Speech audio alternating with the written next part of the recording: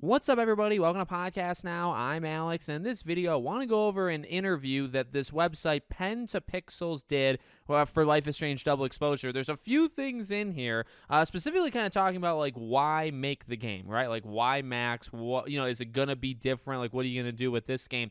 Some pretty interesting questions and some interesting answers that I thought would be fun to kind of go over with you guys. So this was sent to me by Willow Winefield over on Twitter. We've talked about this user before. Incredible creator, and he truly has his pulse on the Life is Strange fandom. Okay, so give him a follow over on Twitter. But he sent me this article, and let's read over it. So, why Max and why now? An interview with Life is Strange Double Exposure team. Now, one thing I will brace you for is this individual. I don't know how much they like Life is Strange 1. They take a couple shots at it throughout the article, but the first answer from Deck 9 comes with this part. Why Max and why now? We always felt like making a choice as an 18-year-old is very different than making a choice as an adult. Focusing on young adults rather than teens is also in line with what we saw in Deck 9's last game, with their lead being 21. This reinforces the recent shift in Life is Strange as a franchise. It's not just a kid or teen story. I'll come back to that part. Max returning is meant to be a continuation rather than a backtrack.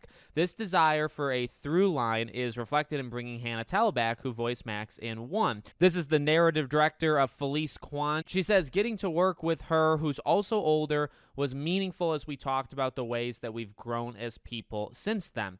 In some ways, there's no revisiting Max because she's a different person after the events of 1. And then in quotes, we felt there was a lot to unpack in whichever ending Max chose in Life is Strange. Neither of them is considered the singular canon ending. I think most of our conversations as a team about developing Max's character were related to what kind of trauma she's carrying in both endings, and then what might force her to confront that trauma. And then she says, what's so special about the first game is how much the mechanic comments on choice, the nature of decision making, and thinking about alternatives. In bringing back Max, we wanted to similarly meditate on choice.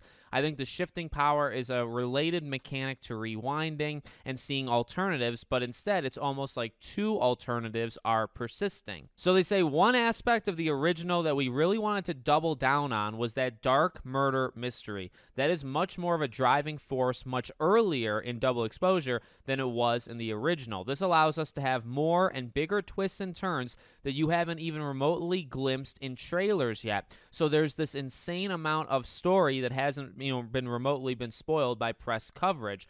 Kwan echoes these sentiments, adding it's a very twisty, complex mystery, and we really enjoyed writing it. So then they talk about the nightmare sequence, and they say in terms of this one, they wanted to know just how trippy we can expect this. And so they say they'll be in the first 2 episodes you'll play in the early access, and I would say probably from that point forward, you can expect sort of an exponential increase in those elements without getting too specific. And then they talked about if, the need, right? Did this story basically need to be told? And she said, I think I'm even prouder of the fact that we would have not done a sequel if we didn't have something very important to us to say about the first game and about Max. I think you will come out of everything saying, I needed that. Okay, so let's kind of start from the ending there and then go backwards, right? So, again, the need for this to happen. And, I'm happy with that.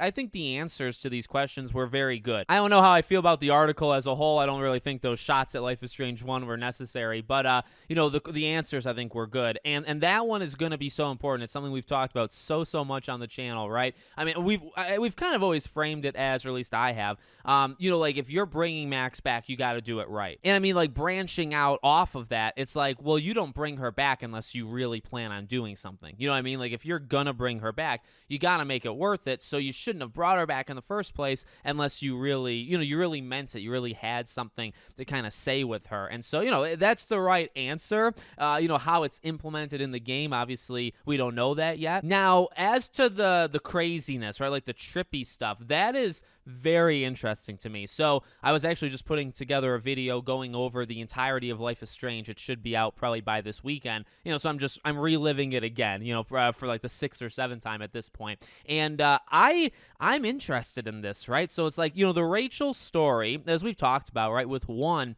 is pretty subdued. Like, it's in the background, and it's almost like, it gets distracted. Max and Chloe get distracted in 1, basically, right? Because of all the other shenanigans that are happening, and like the Kate stuff in 2 takes a big priority. So, it kind of slows them down. And the mystery of Rachel kind of boils, as like the story goes. And then, you get to episodes 3 and 4 when you really start to put, I think it's episode 4, when Max puts everything together, right? All of these clues, all of these files, all the coordinates. So it takes a while. It takes 75% of the game to get to the point to like figure things out. And then even when you do it, I mean, you do find out really quickly after that, what happens to Rachel. So they don't keep you waiting all that long. But, for this to be probably a shift, right? And I want to talk about this just really fast because I wonder now, like, let me have a theory for you.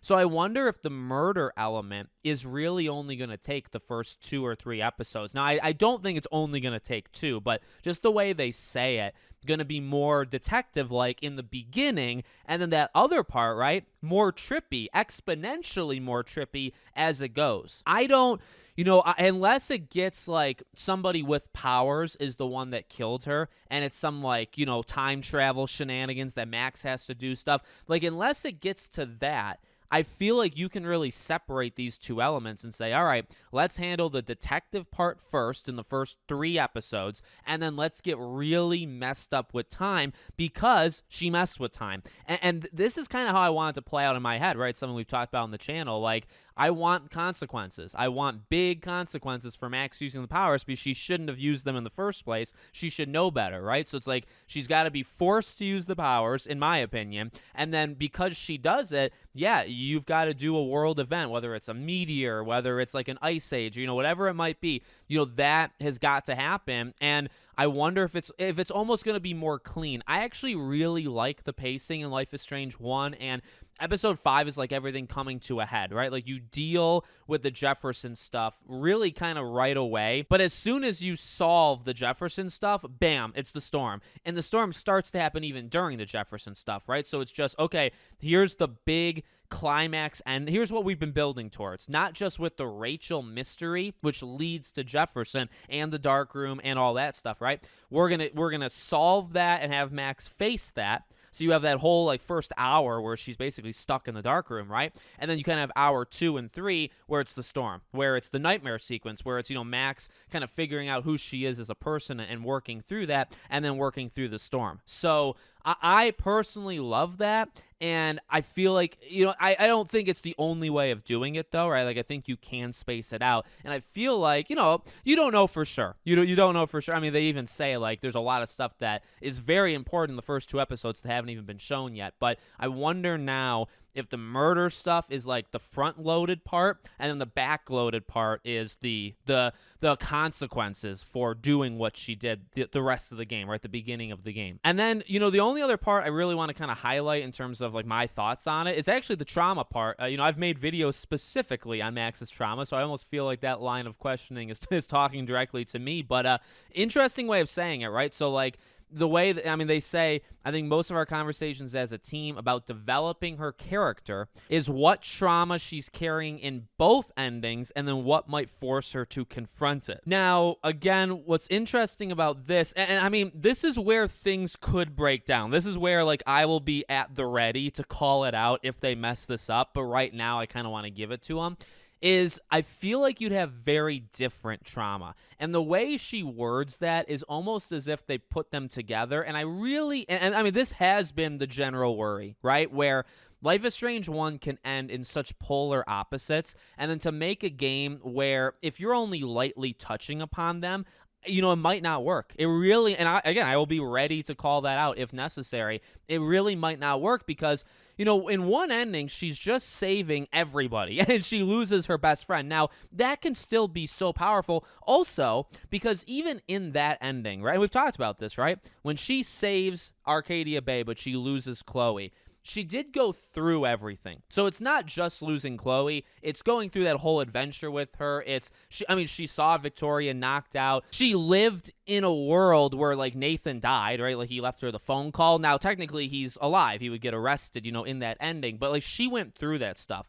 But At the same time, is that the same thing as then sacrificing the entire freaking town and saving Chloe? Do you have the exact same trauma from doing both of those? And the answer is no. No, I mean, I've never lived through that. I mean, you guys can let me know if you've stopped a hurricane before, but I personally haven't. I don't know if it's the same. I don't think it's the same. So I do wonder, like, I don't think there's anything massively wrong with the way they answer that question. And I like to hear it. I like to hear that a big discussion of Max in this game is what baggage is she carrying from the life-changing stuff she went through. You can't ignore that. So I am glad that they say it like that. But at the same time, if you're going to lump both feelings, like how she would feel at the end of both endings of Life is Strange, if you're going to try to find like what makes them similar, I mean, there might be some things that make it similar, but if you're going to pretend like they're the same and treat it like that in Double Exposure, I don't think it's going to work, because I feel like people are smarter than that, right? People have their choice in their head of like which one they chose, and you would expect Max to react appropriately if she saved Chloe or if she saved the town. And I mean, she went through a lot of stuff regardless either way, and that can be the similar part, but there's a lot more to it too. So, you know, that's just the one I would say thing that I take not offense to, but like I'm, you know, questioning. I guess that's the one thing I would question about this interview. But I love to see it. Love to see thoughts on this game from, you know, the developers themselves. It's good to hear what they have to say. So let me know what you guys think in the comments. Make sure, as always, you're subscribed to the channel, bell icon turned on. I hope to see you all on the next one.